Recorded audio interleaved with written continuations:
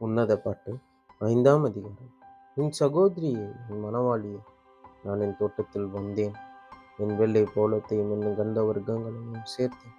என் தேன் கூட்டை என் தேனோடே புசித்தேன். என் திராட்சரசத்தை என் பாலோடும் குடித்தேன். சிநேகிதரே, புசியுங்கள். பிரியமானவர்களை குடியுங்கள், பூர்த்தியாய் குடியுங்கள். நான் நித்திரை பண்ணினேன், என் இருதயமோ விழித்திருக்கிறது. கதவை தட்டுகிற நேசரின் சத்தத்தை கேட்டேன். என் சகோதரியே, என் பிரியமே, என் புறாவே, என் உத்தமியே, கதவை திற. என் தலை பனியிலும் என் தலைமயிர் இரவில் பெய்யும் தூறலினால் நனைந்திருக்கிறது என்றார்.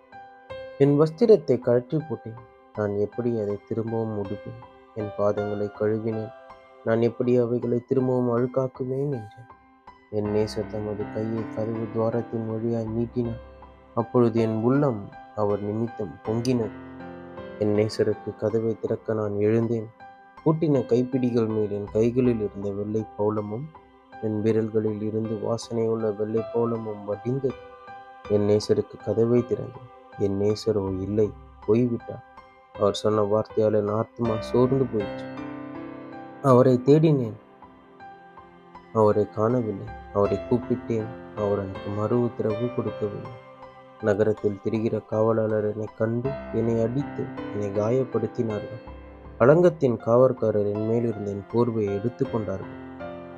எருசலேமின் குமாரத்திகளே, என் நேசரை கண்டீர்கள், ஆனால் நான் நேசத்தால் சோகமடைந்திருக்கிறேன் என்று அவருக்கு சொல்லும்படி உங்களுக்கு ஆணையிடுகிறேன். ஸ்திரீகளுக்குள் ரூபவதியே, மற்ற நேசரை பார்க்கிலும் உன் நேசர் எதினால் விசேஷித்தவர். நீ எப்படி எங்களை ஆணையிட மற்ற நேசரை பார்க்கிறேன்? உன் நேசர் எதினால் விசேஷித்தவர். என் நேசர் வெண்மையும் சிவப்புமானவர், 10,000 பேர்களில் சிறந்தவர். அவர் தலை தங்கமயமாயிருக்கிறது. அவர் தலைமயிர் சுருள் சுருளாயும் காகத்தை போல் கருமையாயும் இருக்கிறது. அவருடைய கண்கள் தண்ணீர் நிறைந்த நதிகளின் ஓரமாய் தங்கும் புறாக்களுக்கு ஒப்பானவைகளும் பாலில் கழுவப்பட்டவைகளும் நேர்த்தியாய் பதிக்கப்பட்டவைகளுமாயிருக்கிறது. அவர் கன்னங்கள் கந்தவர்க்க பத்திகள் போலவும் வாசனை உள்ள புஷ்பங்களைப் போலவும் இருக்கிறது. அவர் உதடுகள் லீலி புஷ்பங்களைப் போன்று வாசனை உள்ள வெள்ளை போலும் அதிலிருந்து வடிகிறது. அவர் கரங்கள் படிக பச்சை பதித்த வெண் வளையங்களைப் போல் இருக்கிறது. அவர் அங்கம் இந்திரநீல இந்திரங்கள் இழைத்த பிரகாசமான யானை தந்தத்தைப் போல் இருக்கிறது. அவர் கால்கள் பசும்பொன் ஆதாரங்களின் மேல் நிற்கிறது. வெள்ளைக்கல் துண்டுகளைப் போல் இருக்கிறது. அவர் ரூபம் லீபனோனைப் போலவும் கேதுருக்களைப் போலவும் சிறப்பாயிருக்கிறது. அவர் வாய் மிகவும் மதுரமாயிருக்கிறது. அவர் முற்றிலும் அழகுள்ளவர். இவரே என் நேசர். எருசலேமின் குமாரத்திகளே, இவரே என் சிநேகிதர் என்பது உன்னத பாட்டு 6ஆம் அதிகாரம். உன் நேசர் எங்கே போனார்? ஸ்திரீகளில் ரூபவதியே, உன் நேசர் எவ்விடம் போய்விட்டார்? உன்னோட கூட நாங்களும் அவரை தேடுவோம். தோட்டங்களில் மேயவும் லீலி புஷ்பங்களை கொய்யவும் என் நேசர் தமது தோட்டத்துக்கும் கந்தவர்க்க பாத்திகளுக்கும் போனார். நான் என் நேசருடையவள், என் நேசர் என்னுடையவள். அவர் லீலி புஷ்பங்களுக்குள்ளே மேய்கிறார். என் பிரியமே, நீ திர்சாவை போல் சௌந்தரியமும் எருசலேமை போல் வடிவமும் கொடிகள் பறக்கும் படையைப் போல் கெடியுமானவள். உன் கண்களை என்னை விட்டு திருப்பு, அவைகள் என்னை வென்றது. உன் அழகபாரம் கீலேயாத் மலையிலே தழைமையும் வெள்ளாட்டு மந்தையைப் போல் இருக்கிறது. உன் பற்கள் குளிப்பாட்டப்பட்டு கரையேறுகிறவைகளும் ஒன்றானாலும் மலடாயிராமல் இரட்டை குட்டி ஈன்றவைகளுமான ஆட்டு மந்தையைப் போல் இருக்கிறது. உன் முக்காட்டின் நடுவே உன் கன்னங்கள் வெடித்த மாதுளம் பழங்கள் போல் இருக்கிறது. ராஜஸ்திரீகள் 60 பேரும் மறுமனையாட்டிகள் 80 பேரும் உண்டு. கன்னியருக்கு தொகை இல்லை. என் புறாவும் என் உத்தமியும் ஒருத்தியே. அவள் தன் தாய்க்கு ஒரே பிள்ளை. அவள் தன்னை பெற்றவளுக்கு அருமையானவள். குமாரத்திகள் அவளை கண்டு அவளை வாழ்த்தினார்கள். ராஜஸ்திரிகளும் மறுமனையாட்டிகளும் அவளை போற்றினார்கள். சந்திரனைப் போல் அழகும் சூரியனைப் போல் பிரகாசமும் கொடிகள் பறக்கும் படையைப் போல் கெடியும் உள்ளவள். அருணோதயம் போல் உதிக்கிற இவள் யார்? பள்ளத்தாக்கிலே பழுத்த கனிகளை பார்க்கிலும் திராட்சை செடிகள் துளிர்விட்டு மாதுளஞ்செடிகள் பூத்ததா என்று அறியவும் வாதுமை தோட்டத்துக்கு போனேன். நினையாததுக்கு முன்னே என் ஆத்துமா என்னை அம்மினதாவின் ரதங்களுக்கு ஒப்பாக்கிற்று. திரும்பி வா, திரும்பி வா, சூலமித்தியே, நாங்கள் உன்னை பார்க்கும்படிக்கு திரும்பி வா, திரும்பி வா. சூலமித்தியில் நீங்கள் என்னத்தை பார்க்கிறீர்கள்? அவள் 2 சேனையின் கூட்டத்துக்கு சமானமானவள் என்பது உன்னத பாட்டு 7ஆம் அதிகாரம். ராஜகுமாரத்தியே, பாதரட்சைகளிட்ட உன் பாதங்கள் மிகவும் அழகாயிருக்கிறது. உன் இடிப்பின் வடுவு விசித்திர தொழிற்காரர்கள் வேலையில் பூஷணம் போல் இருக்கிறது. உன் நாபில் திராட்சரசம் நிறைந்த வட்ட கலசம் போல் இருக்கிறது. உன் வயிறு லிப புஷ்பங்கள் சூழ்ந்த கோதுமை அம்பாரம் போல் இருக்கிறது. உன் 2 ஸ்தனங்களும் வெளிமானின் இரட்டை குட்டிகளுக்கு சமானமாயிருக்கிறது. உன் கழுத்து யானை தந்தத்தினால் செய்த கோபுரத்தைப் போலவும், உன் கண்கள் எஸ்போனிலே பத்ரவின் வாசலண்டையில் இருக்கும் குளங்களைப் போலவும், உன் மூக்கு தமஸ்குவின் திசையை நோக்கும் லீபனோனின் கோபுரத்தைப் போலவும் இருக்கிறது. உன் சிரசு கர்மேல் மலையைப் போல் இருக்கிறது. உன் தலைமை இரத்தாம்பரமாயிருக்கிறது. ராஜ நடை பாவனங்களில் மயங்கி கிடக்கிறார். மனமகிழ்ச்சியை உண்டாக்கும் என் பிரியமே, நீ எவ்வளவு ரூபவதி, நீ எவ்வளவு இன்பமுள்ளவன். உன் உயரம் பனைமர தொழுகு போலவும், உன் ஸ்தனங்கள் திராட்சை குலைகள் போலவும் இருக்கிறது. நான் பனைமரத்தில் ஏறி அதன் மடல்களை பிடிப்பேன் என்றேன். இப்பொழுதும் உன் ஸ்தனங்கள் திராட்சை குலைகள் போலவும், உன் மூக்கின் வாசனை கிச்சிலி பழங்கள் போலவும் இருக்கிறது. உன் தொண்டை என் நேசர் குடுக்கையில் மெதுவாயிறங்கும் உறங்குகிறவர்களின் உதடுகளைப் போலற்றதுமான நல்ல திராட்சரசத்தைப் போல் இருக்கிறது. நான் என் நேசருடையவன், அவர் பிரியம் என்மேல் இருக்கிறது. வாரும் என் நேசரே, வயல்வெளியில் போய் கிராமங்களில் தங்குவோம். அதிகாலையிலே திராட்சை தோட்டங்களுக்கு போவோம். திராட்சை கொடி துளிர்த்து அதன் பூ மலர்ந்ததோ என்றும், மாதுளஞ்செடிகள் பூ பூத்ததோ என்றும் பார்ப்போம். அங்கே என் நேசத்தின் உச்சிதங்களை உமக்கு தருவேன். தூதாயும் பழம் வாசனை வீசும். நமது வாசல்கள் அண்டையிலே புதியவைகளும் பழையவைகளுமான சகலவித அருமையான கனிகளும் உண்டு. என் நேசரே, அவைகளை உமக்கு வைத்திருக்கிறேன் என்பதை. உன்னத பாட்டு 8ஆம் அதிகாரம். ஆ, நீர் என் தாயின் பால் குடித்த என் சகோதரனைப் போல் இருந்தீரானால், நான் உம்மை வெளியிலே சந்தித்து முத்தமிடுவேன். என்னை நிந்திக்கவும் மாட்டார்கள். நான் உம்மை கூட்டிக் கொண்டு என் தாயின் வீட்டுக்கு அழைத்து கொண்டு போவேன். நீர் என்னை போதிப்பீர். அந்த வர்க்கமிட்ட திராட்சை ரசத்தையும் என் மாதுளம் பழ ரசத்தையும் உமக்கு குடிக்க கொடுப்பேன். அவர் இடதுகை என் தலையின் கீழ் இருக்கும். அவர் வலதுகை என்னை அணைக்கும். எருசலேமின் குமாரத்திகளே, எனக்கு பிரியமானவளுக்கு மனதாக மட்டும் நீங்கள் அவளை விழிக்க பண்ணாமலும் எழுப்பாமலும் இருக்க உங்களை ஆணையிடுகிறேன். தன் நேசர் மேல் சார்ந்து கொண்டு வனாந்திரத்திலிருந்து வருகிற இவள் யார்? கிச்சிலி மரத்தின் கீழுமை எழுப்பினேன். அங்கே உமது தாய் உம்மை பெற்றார். அங்கே உம்மை பெற்றவள் வேதனைப்பட்டு உம்மை பெற்றார். நீர் என்னை உமது இருதயத்தின் மேல் முத்திரையைப் போலவும் உமது புயத்தின் மேல் முத்திரையைப் போலவும் வைத்துக் கொள்ளும். நேச மரணத்தைப் போல் வலியது. நேச வைராக்கியம் பாதாளத்தைப் போல் கொடிதாயிருக்கிறது. அதன் தழல் அக்கினி தழலும் அதன் ஜுவாலை கடும் ஜுவாலையுமாயிருக்கிறது. திரளான தண்ணீர்கள் நேசத்தை அவிக்க மாட்டாது, வெள்ளங்களும் அதை தணிக்க மாட்டாது. ஒருவன் தன் வீட்டில் உள்ள ஆஸ்திகளை எல்லாம் நேசத்துக்காக கொடுத்தாலும் அது முற்றிலும் அசட்டை பண்ணப்படும். நமக்கு ஒரு சிறிய சகோதரி உண்டு, அவளுக்கு ஸ்தனங்கள் இல்லை. நம்முடைய சகோதரியை கேட்கும் நாளில் அவளுக்காக நாம் என்ன செய்வோம்? அவள் ஒரு மதிலானால் அதன் மேல் வெள்ளி கோட்டையை கட்டுவோம். அவள் கதவானால் கேதுரு பலைகளை அதற்கு இணைப்போம். நான் மதில்தான், என் ஸ்தனங்கள் கோபுரங்கள். அவருடைய கண்களில் கடாட்சம் பெறலான. பாகால் ஆமோனிலே சாலமோனுக்கு ஒரு திராட்சை தோட்டம் உண்டாயிருந்தது. அந்த திராட்சை தோட்டத்தை காவலாளிகள் வசத்தில் அதன் பலனுக்காக ஒவ்வொருவன் 1000 வெள்ளிக்காசு கொண்டு வரும்படி விட்டார். என் திராட்சை தோட்டம் எனக்கு முன்பாக இருக்கிறது. சாலமோனே, உமக்கு அந்த 1000ம் அதன் கனியை காக்கிறவர்களுக்கு 200ம் சேரும். தோட்டங்களில் வாசம் பண்ணுகிறவளை, தோழர் உன் சத்தத்தை கேட்கிறார்கள், நானும் அதை கேட்கிறேன். என் நேசரே, தீவிரியும் கந்தவர்க்கங்களின் மலைகள் மேல் உள்ள விளிமானுக்கும் மறைகளின் குட்டிகளுக்கும் சமானமாயிரும் என்பதே. சாலமோனின் உன்னத பாட்டு முற்றத்து. நீதிமொழிகள் 30ஆம் அதிகாரம். யாக்கேயின் குமாரனாகிய ஆகூர் என்னும் புருஷன் ஈத்தியலுக்கு வசனிப்பு, ஈத்தியலுக்கும் மூகாலுக்கும் உரைத்த உபதேச வாக்கியங்கள் ஆவன. மனுஷர் எல்லாரிலும் நான் மூடன். மனுஷருக்கேற்ற புத்தி எனக்கு இல்லை. நான் ஞானத்தை கற்கவும் இல்லை, பரிசுத்தரின் அறிவை அறிந்து கொள்ளவும் இல்லை. வானத்துக்கு ஏறி இறங்கினவர் யார்? காற்றை தமது கைப்பிடிகளில் அடக்கினவர் யார்? தண்ணீர்களை வஸ்திரத்தில் கட்டினவர் யார்? பூமியின் எல்லைகள் எல்லாம் ஸ்தாபித்தவர் யார்?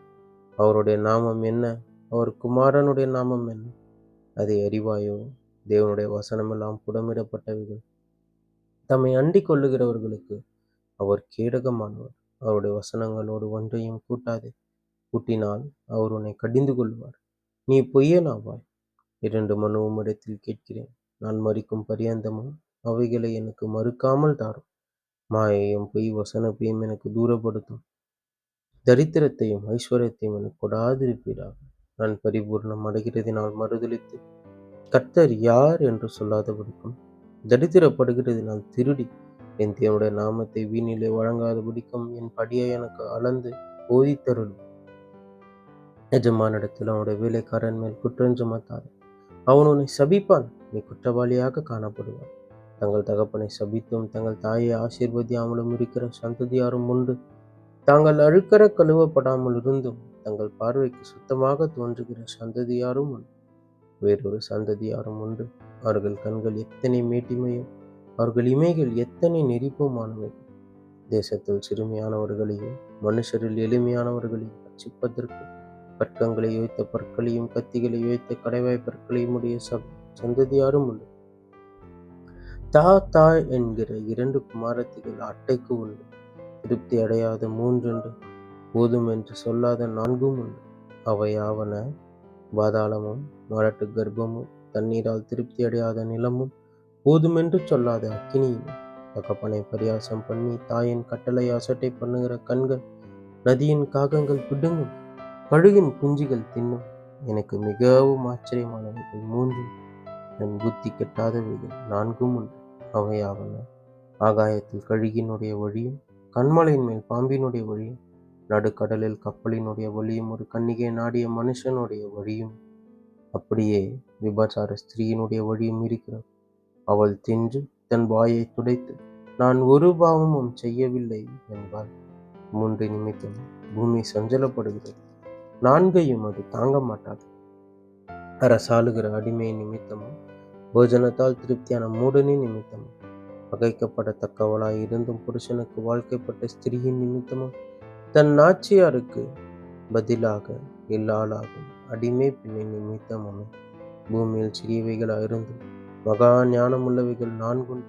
அவையாவன அற்பமான ஜந்துவாயிருந்தும் கோடை காலத்திலே தங்கள் ஆகாரத்தை சம்பாதிக்கிற இரும்பும், சத்துவமற்ற ஜந்துவாயிருந்தும் தங்கள் வீட்டை கண்மலையிலே தோண்டி வைக்கும் குழிமுசல்களும், ராஜா இல்லாதிருந்தும் போஞ்சாய் புறப்படுகிற வீட்டு கிளிகளும், தன் கைகளினால் வலையை பின்னி அரசர் அரண்மனைகளில் சிலந்தி பூச்சியவை.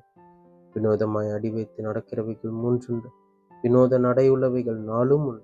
அவையாவன மிருகங்களில் சௌரியமானதும் ஒன்றுக்கும் பின்னியடையாததுமாகிய சிங்கமும், ஓர் குதிரையும், வெள்ளாட்டு கடாவும், ஒருவரும் எதிர்க்கக்கூடாத ராஜாவும். நீ மேட்டிமையானதினால் பைத்தியமாய் நடந்து துர்ச்சிந்தனை உள்ளவனாய் இருந்தாயானால் கையினால் வாயை மூடு. பாலை கடதல் வெண்ணெயை பிறப்பிக்கும், மூக்கை பிசைதல் இரத்தத்தை பிறப்பிக்கும், அப்படியே கோபத்தை கிண்டிவிடுதல் சண்டையை பிறப்பிக்கும் என்பதே. நீதிமொழிகள் 31ஆம் அதிகாரம். ராஜாவாகிய லேமுவேலுக்கு அடுத்த வசனங்கள். அவன் தாய் அவனுக்கு போதித்த உபதேசமாவது, என் மகனே, என் கர்ப்பத்தின் குமாரனே, என் பொருத்தனைகளின் புத்திரனே, ஸ்திரீகளுக்கு உன் பலனையும் ராஜாக்களை கெடுக்கும் காரியங்களுக்கு உன் வழிகளையும் கொடாது. திராட்சரசம் குடிப்பது ராஜாக்களுக்கு தகுதி அல்ல, லேமுவேலே, அது ராஜாக்களுக்கு தகுதி அல்ல. மதுபானம் பிரபுக்களுக்கு தகுதி அல்ல. மதுபானம் பண்ணினால் அவர்கள் நியாய பிரமாணத்தை மறந்து சிறுமைப்படுகிறவர்களுடைய நியாயத்தையும் புரட்டுவார்கள். மடிந்து போகிறவனுக்கு மதுபானத்தையும் மனம் கசந்தவர்களுக்கு திராட்சரசத்தையும் கொடுங்கள். அவன் குடித்து தன் குறைவை மறந்து தன் வருத்தத்தை அப்புறம் நினையாதிருக்கும். பூமியனுக்காகவும் திக்கற்றவர்கள் எல்லாருடைய நியாயத்துக்காகவும் உன் வாயை திறந்து நீதியாய் நியாயம் தீர்த்து சிறுமியும் எளிமையுமானவனுக்கு நியாயஞ்சு. குணசாலான ஸ்திரீயை கண்டுபிடிப்பவன் யார்? அவளுடைய விலை முத்துக்களை பார்க்கிலும் உயர்ந்தது. அவள் புருஷனுடைய இருதயம் அவளை நம்பும், அவன் சம்பத்து குறையாது. அவள் உயிரோடு இருக்கிற நாளெல்லாம் அவனுக்கு தீமையே அல்ல, நன்மையே செய்கிறாள். ஆட்டு மயிரையும் சணலையும் தேடி தன் கைகளினால் உற்சாகத்தோட வேலை செய்கிறாள். அவள் வியாபார கப்பல்களைப் போல் இருக்கிறாள். தூரத்திலிருந்து தன் ஆகாரத்தை கொண்டு வருகிறாள். இருட்டோடு எழுந்து தன் வீட்டாருக்கு ஆகாரம் கொடுத்து தன் வேலைக்காரிகளுக்கு படியளிக்கிறாள். ஒரு வயலை விசாரித்து அதை வாங்குகிறாள். தன் கைகளின் சம்பாத்தியத்தினால் திராட்சை தோட்டத்தை நாட்டுகிறாள். தன்னை பலத்தால் இடை கட்டி கொண்டு தன் கைகளை பலப்படுத்துகிறாள். தன் வியாபாரம் புரோஜனம் உள்ளது என்று அறிந்திருக்கிறாள். இரவிலே அவள் விளக்கு அணையாதிருக்கும். தன் கைகளை ராட்டினத்தில் வைக்கிறாள். அவள் விரல்கள் கதிரை பிடிக்கும். சிறுமியானவர்களுக்கு தன் கையை திறந்து ஏழைகளுக்கு தன் கரங்களை நீட்டுகிறாள். தன் வீட்டார் அனைவருக்கும் இரட்டைப்புரி உடுப்பிருக்கிறதால் தன் வீட்டாரின் நிமித்தம் குளிருக்கு பயப்படாள். இரத்தின கம்பளங்களை தனக்கு உண்டு பண்ணுகிறாள். மெல்லிய புடவையும் இரத்தாம்பரமும் அவள் உடுப்பு. அவள் புருஷன் தேசத்து முப்பர்களோடு நியாயஸ்தலங்களில் உட்கார்ந்திருக்கையில் பெயர் பெற்றவனாயிருக்கிறான். மெல்லிய புடவைகளை உண்டு பண்ணி விற்கிறாள். கச்சைகளை வர்த்தகரிடத்தில் ஒப்புவிக்கிறாள். அவள் உடை பலமும் அலங்காரமுமாயிருக்கிறது. வருங்காலத்தை பற்றியும் மகிழுகிறாள். தன் வாயை ஞானம் விளங்க திறக்கிறாள். தயவுள்ள போதகம் அவள் நாவின் மேல் இருக்கிறது. அவள் சோம்பலின் அப்பத்தை புசியாமல் தன் வீட்டுக்காரியம் எப்படி நடக்கிறது என்று கண்ணோக்கமாயிருக்கிறாள். அவள் பிள்ளைகள் எழும்பி அவளை பாக்கியவதி என்கிறார்கள். அவள் புருஷனும் அவளை பார்த்து அநேகம் பெண்கள் குணசாலிகளாய் இருந்ததுண்டு. நீயோ அவர்கள் எல்லாருக்கும் மேற்பட்டவள் என்று அவளை புகழுகிறாள். சௌந்தரியம் மஞ்சனை உள்ளது, அழகும் வீண். கர்த்தருக்கு பயப்படுகிற ஸ்திரீயே புகழப்படுவாள். அவள் கைகளின் பலனை அவளுக்கு கொடுங்கள். அவருடைய செய்கைகள் வாசல்களில் அவளை புகழ கடவது என்பதே. ஆமேன், ஆமேன்.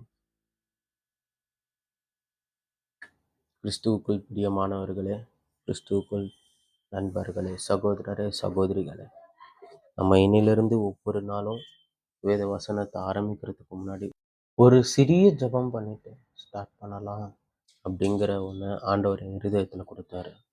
ஸோ ஆண்டவரே, இந்த நாளை காண செய்ததற்காக உமக்கு நன்றி ஐயா. இந்த புதிய நாளிலே புதிய கிருபையினால் எங்களை நிரப்பும் தேவா. உடைய வேத வசனங்களை நாங்கள் வாசிக்கும் போது வாசிக்கிற எனக்கும் கேட்கிறவர்களுக்கும் கர்த்தாவே, இந்த வேதத்தின் மகத்துவங்களையும் ரகசியங்களையும் நீர் அருளி செய்யும் ஆண்டவரே. நீர் சொல்லாம உம்மை பற்றி நாங்கள் தெரிந்து கொள்ள முடியாதையா. நீர் வெளிப்படுத்தாம உம்முடைய வேதத்தின் ரகசியங்களை புரிந்து கொள்ள எங்களால் முடியாதையா. எங்களோடு பேசும், நாள் முழுவதும் எங்களோடு எங்களை காத்துக்கொள்ளும் ஐயா. உடைய சட்டை நிழலில் எங்களை மூடி மறைத்து கொண்டு நீர் வழிநடத்தும், பாதுகாத்துக்கொள்ளும். இயேசுவின் நாமத்தில் ஜெபிக்கிறேன் பிதாவே. ஆமேன், ஆமேன்.